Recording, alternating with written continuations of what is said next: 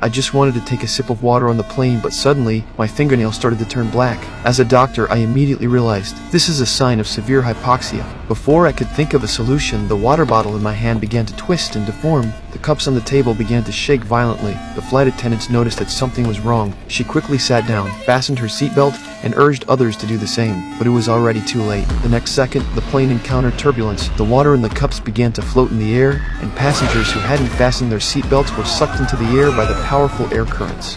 The pilot realized the danger, quickly putting on an oxygen mask. Cabin depressurized and oxygen masks fell from the ceiling. Everyone hurriedly put on their oxygen masks, but my wife had already lost consciousness due to oxygen deprivation. Meanwhile, a girl was trapped in the bathroom, but the airflow prevented the door from opening. Ultimately, she lost consciousness due to oxygen deprivation. I trembled as I made my way to the crew area. I took a bottle of oxygen from the first aid kit, quickly put it on my wife, and saved her from the brink of death. At that moment, the cabin pressure miraculously stabilized. The captain announced over the intercom, explaining that while the plane was crossing turbulence, the seal had broken, causing abnormal pressure. They had handled it properly, and passengers need not worry. Everyone finally breathed a sigh of relief.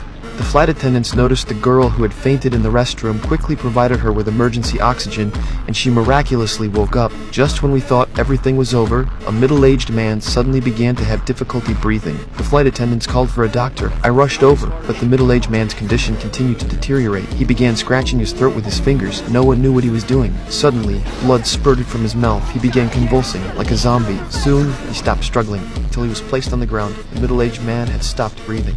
When the captain immediately reported to ground control that a passenger had died on board, the crew moved the body to business class and covered it with a blanket.